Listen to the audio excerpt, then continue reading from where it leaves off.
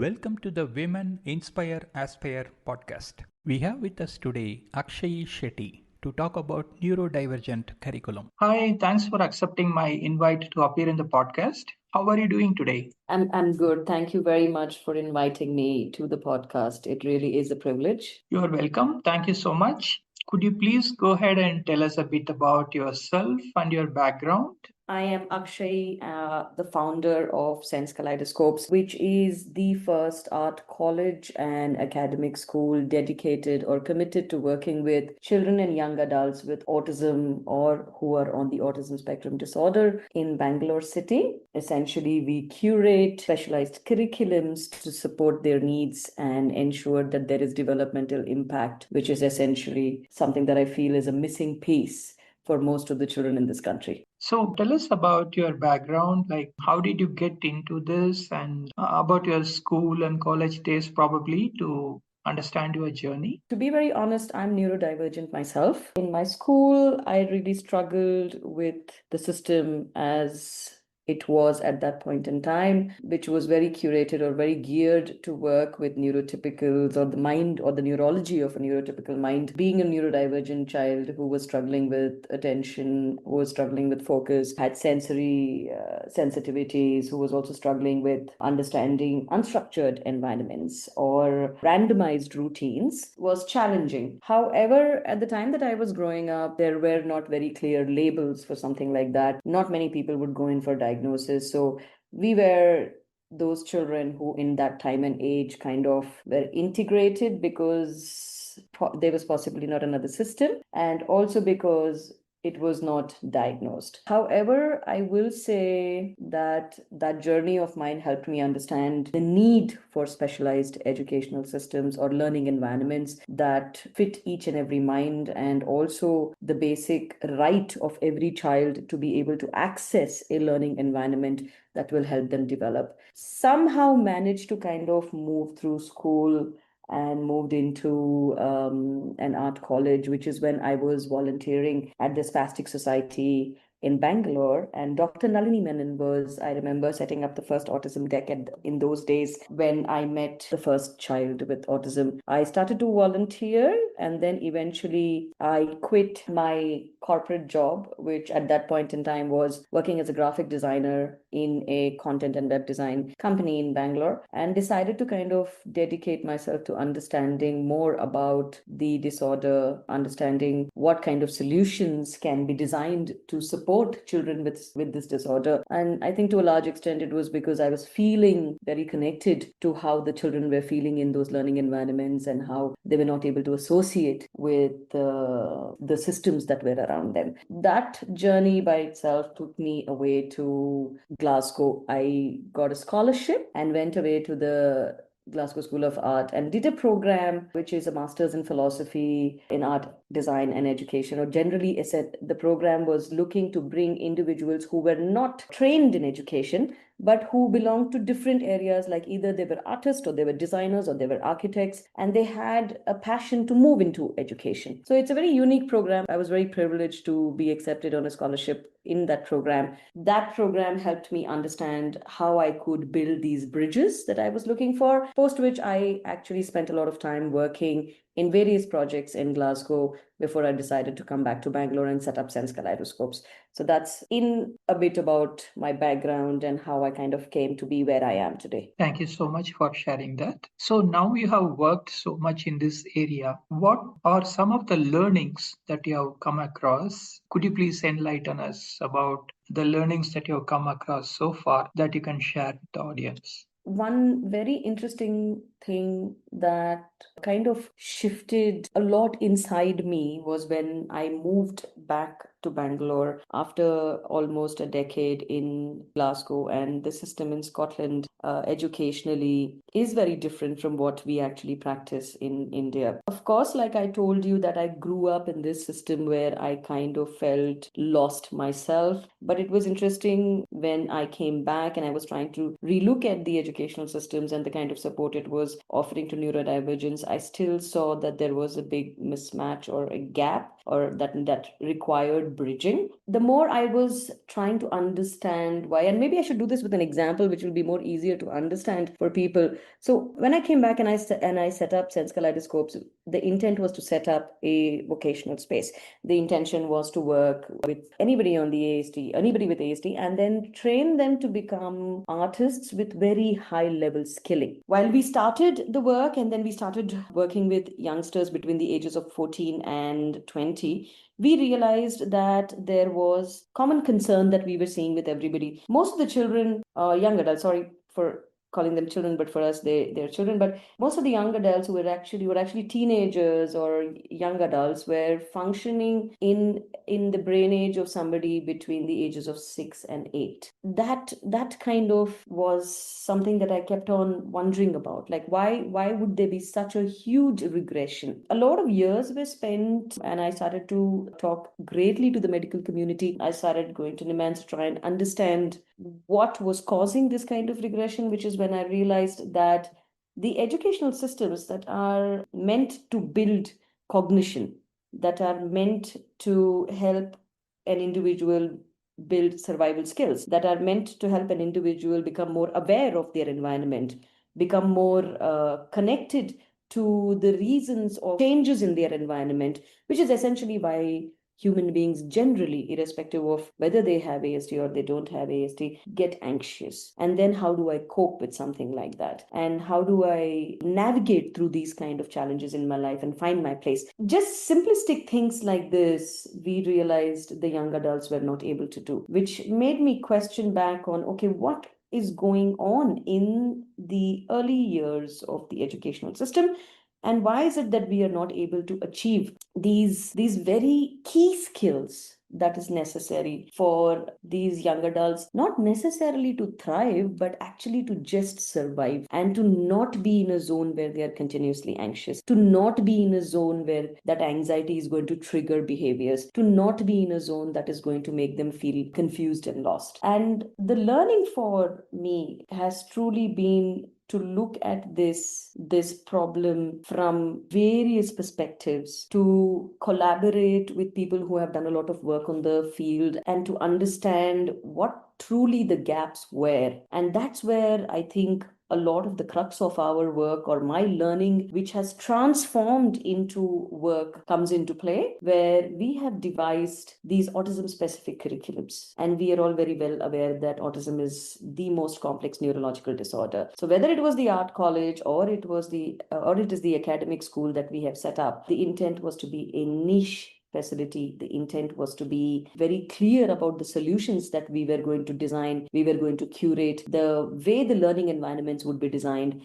the teacher training that we would have to do for the implementation, and to ensure that we didn't miss out on those goals that we were setting up year on year, so that we could close this cognitive regression, which essentially we were looking at so commonly in India. Again, because I have a background of working in Europe, and because I have seen, and I'm talking about the mild to moderate end of the spectrum, I'm not really talking about, and we know that autism is a huge spectrum disorder. I'm talking about kids who have been diagnosed early on with mild to moderate autism, who are then ending up in their young adulthood as having autism and mental illnesses, or autism and intellectual disability, autism and possibly other comorbidities. And we know that if we are not going to achieve the developmental goals, we know that if we are not going to help them find ways to kind of like bridge those gaps, then we will lose them to either or. So finding the actual reasons for that, designing solutions around it, has been a very, very, I think, passionate process. And it has also been a huge learning curve, not just for me, I think I would say for my entire team. We are constantly evolving. We are constantly going back to the drawing board. We work in sync with our students, and it truly is a curriculum that is not being built inside a black box, but something that goes live onto the floor, really is interactive in nature. We use a lot of technology, and we kind of like bring it all together with the core essence of holding the idea of being led by the child, being led by the neurodivergent mind, being in a place where you are allowing for negotiation to happen so that learning can truly become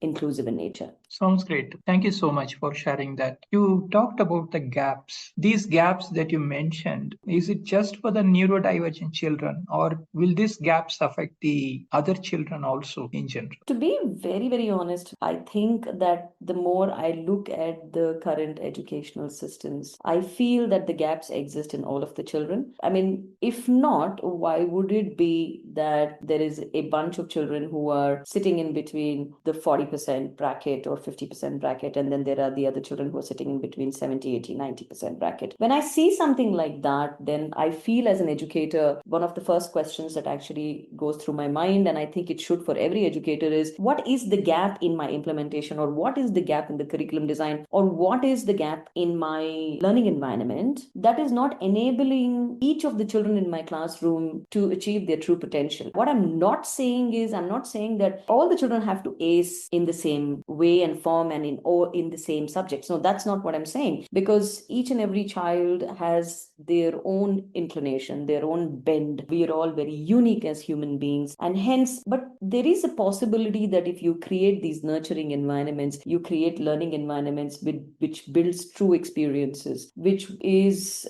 built with the intent of helping the child tap into their potential, that you will be able to kind of like create a level playing field for everybody despite their diversity. And I think that educational systems, or the designs of educational systems and curriculums, need to start really kind of like shifting. They have to shift, they have to evolve. It's very, very essential for us to do that, so that we can, like you said, we can shift these gaps, or we can start to dissolve these gaps. Right. And considering the population, like a big country like ours, and many of them are in not so privileged communities, and many of them don't have access to the kind of information and knowledge that we have about neurodiversity. So, my question is, how are we planning to address this gap, and how are we planning to make this mainstream into, say, government schools or rural schools where there is a real need, so that it doesn't remain as something like a privileged education or a very niche thing, but it has to go mainstream and be addressed in the vast majority of population, so that this get addressed. As you said, the need is for the curriculum to change and the system to change. So what are your plans of doing that to take it mainstream, or how do you plan to expand it? Yeah, I think today in the world that we are living, where technology is truly a tool that can be used to scale ideas or to scale intent as well, it is a possibility. I mean, the curriculum that we are building is extremely detailed. We are designing lesson plans. We understand that the gaps that we are talking about for children to achieve their true potentials, and for us to work through a neurodiverse mind, which has a different way of learning, essentially. What we need to make very, very clear is that if this brain type has a different way of learning, then what is that process that I need to design so that I can make learning more accessible? While we are working at this kind of turning point where we are saying, okay, we are going to design lesson plans, we are going to make everything very visual, we are working with sensory sensitivities and so on and so forth. Technology is helping us put it in a format where we can structure this, we can organize this. We have very clear schedule maps on how the routines are set up. We have possibility of teacher training and implementation. And one of the biggest tasks that we actually take off from the table is how to walk into the special needs classroom with a particular concept that I need to teach, and what are the tools that I have to make sure that I have. I mean, if all of that is already planned for you and all you have to do is go slide by slide, and you have the resources and the equipment, then it becomes much more easier for a teacher to implement. One thing that we do need to realize, and I believe that this should be true of every classroom, not really of the neurodivergent classroom, more so in a neurodivergent classroom, because obviously the children have more challenges and they have more comprehension gaps, they have more communication impairment problems, which is why it becomes more necessary for a teacher to become independent of these kind of concerns within a classroom, so she can focus on that student. She can truly build a bond with that student. She has to use her intuition as an educator in that class, and that is not going to be possible if the teacher is going to be overwhelmed by what should I do and how should I do. If with the support of process mapping and designing curriculums and making lesson plans and using technology, we are able to solve the problem of what should I do and how should I do, then you automatically enable the educator to focus on how is my child doing, what is my child feeling, how do I need to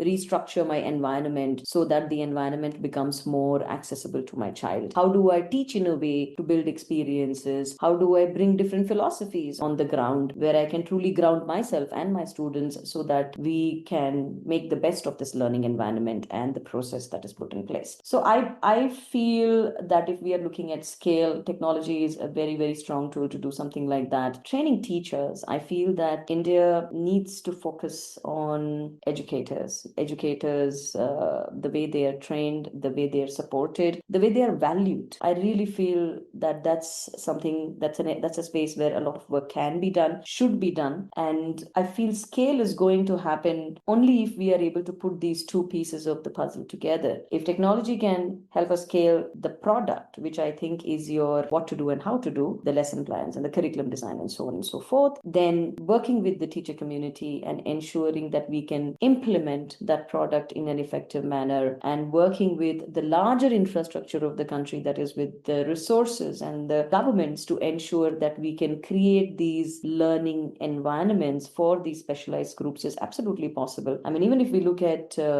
any kind of a space that actually, a school space that can actually do a classroom for 25-30 children, to be able to set up specialized rooms and to work in groups, not necessarily to do one-on-ones, which is, I think, one of the challenges that many people are associating with educating neurodiversity, saying that, no, it's really challenging, we can't put them in groups together. But the truth is that you can put them in groups together if you have a process in place. And you will be able to then map the resources and you will be able to scale them with low costs. Okay, wonderful.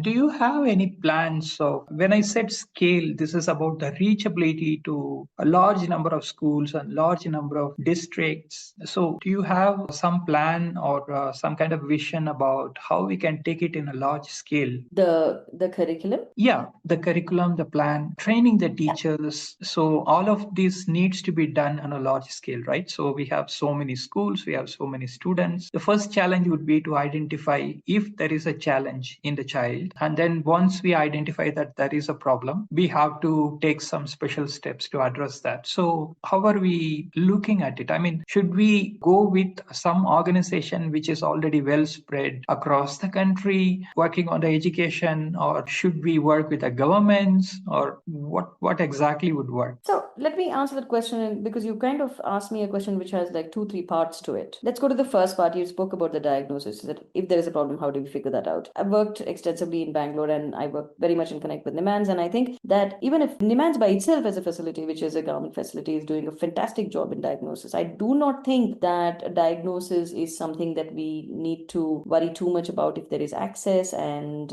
if people are able to, are willing and open to going to get these diagnosis. Awareness programs in the rural spaces might need a little more effort, because obviously the awareness by itself in those spaces may not be as much, but definitely it is doable. So that's the first part of the question, where you said, okay, if there is, with research, we also know today that we are looking at a 1 in 6 children who are neurodivergent. So it's not a small number anymore, right? So the second part of it, where you said the educational mapping. First is, that's what I was telling you about the challenges. First is, I do not believe we have very concrete systems on a educational mapping plan to begin with. So, which is why most of our research and most of our work kind of started from there. We said, okay, we are going to put a clear plan in place. And the reason why we chose to work very heavily with technology is because there is a possibility to work, number one, faster, number second, make changes quite easily, number three, it's a system which is interactive, so extremely useful for the neurodivergent mind, and it gives us a lot of options of what we can do with that. When you have a certain educational mapping in place, then I think I'm just going to talk about what are the possibilities that we think make more sense. So we believe very strongly that collaboration education, collaborating with the medical communities, the ones who are actually looking at these children and understand that there needs to be a developmental impact, and that developmental impact has to happen on a year-on-year basis. Collaborating with government agencies and educational agencies that actually work in these spaces and are open to looking at what are the other possibilities so that we can close these gaps, and what are the other ways in which we can intervene so that we can achieve these developmental goals. I believe that collaboration is the true key. Now, each and every partner who comes in to collaborate over there will obviously have a role to play. We also work very strongly with research. One of the other things that we have to bear in mind, which is something that should be done, is always to validate or proof the process that you are mapping, because it's only ethical to do something like this, because you're saying that there is a system and now I want to roll the system out at scale. So before we actually even walk into something of scale, we should be able to proof and say that yes, this is valid, this is proofing impact to this amount of percentage, or this needs some more work in this space. I think it's very important for us to create those transparent systems within the solution itself. So I feel there will be a requirement for many agencies to come together and to start looking at the product in a particular manner. We also, like, I'm talking a lot about how technology can be used. I mean, using an LMS system, trying to find easier ways to go into rural communities, which I think a lot of that has already happened in our country. During COVID, a lot of ideation happened around how do we walk into the educational spaces and make it accessible. So I feel already using those learnings and already pulling from those points, we will be able to kind of like put it together so that we can answer the question of scale. Okay, great. Thank you so much for sharing those thoughts. We have talked a lot about your work. Now let's talk about yourself. What do you do apart from work, your hobbies and interests, etc.? Sure. So I do have the background of arts. I mean, I trained in Chitrikala Parishad as an artist before I made the shift to Glasgow to move into education, as I told you. So art still holds a very strong place for me. I do my private work at times. I also am somebody who goes and exposes myself to a lot of art. I find it very interesting to be in the space of art and culture. Otherwise, I think I'm really a nature person. So for me, spending a lot of time in silence and spending a lot of time in the midst of nature is something I completely enjoy doing. I'm an animal person. I do support some amount of rescue work from time to time. And very recently, I have kind of picked up the spiritual path as well. So I'm really exploring. I mean, these are my primary interests at the present moment. They do seem to shift from time to time in my life, but I also feel that that's a good thing, because I like to learn new things and kind of like add to the repertoire of what I have. At the current moment, these are essentially the things that I enjoy doing.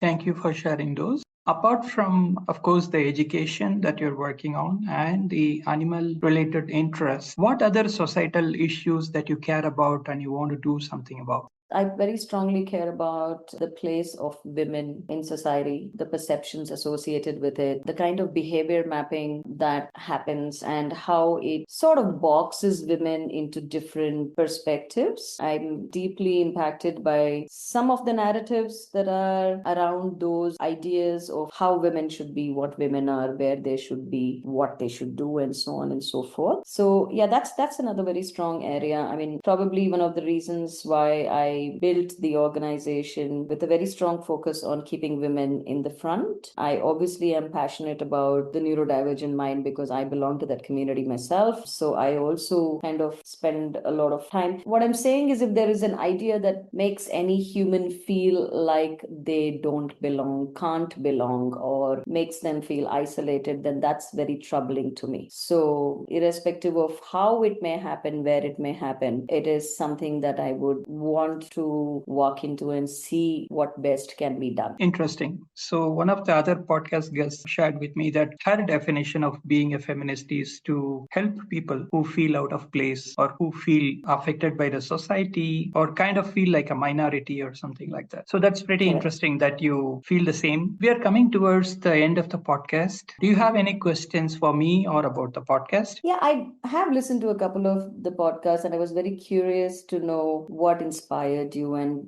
what is the journey that you are pursuing through these podcasts. I mean, I was kind of curious to understand that. Yeah, so this is an effort to give a platform for people to express themselves I feel that there is a lot of voices that needs expression, that needs to be sounded out. So I think the journey is towards building a platform for expression of those voices, going strong, and I'm releasing every week. So that's basically the essence of the podcast, the objective of the podcast. That's very nice to know. And I must say thank you for the work, because I do agree the voices need to be out there. Thank you so much. Thanks for spending time with us in the podcast. I wish you all the best in your life and your aspirations. Please take care and bye for now. Thank you. Bye-bye. That was an insightful podcast with Akshayee Shetty. Please subscribe to this channel and follow it for more awesome podcasts. Opinions expressed by the guests in this podcast are their own. The host or the sponsors of the podcast do not condone the opinions expressed by the guests or the actions arising out of those opinions. Any decisions or actions that the listeners might take as a result of listening to this podcast must be based on their own judgment and will be at their own risk. The podcast host or their sponsors will not be held responsible for the consequences of any actions and or decisions taken as a result of any content in this podcast.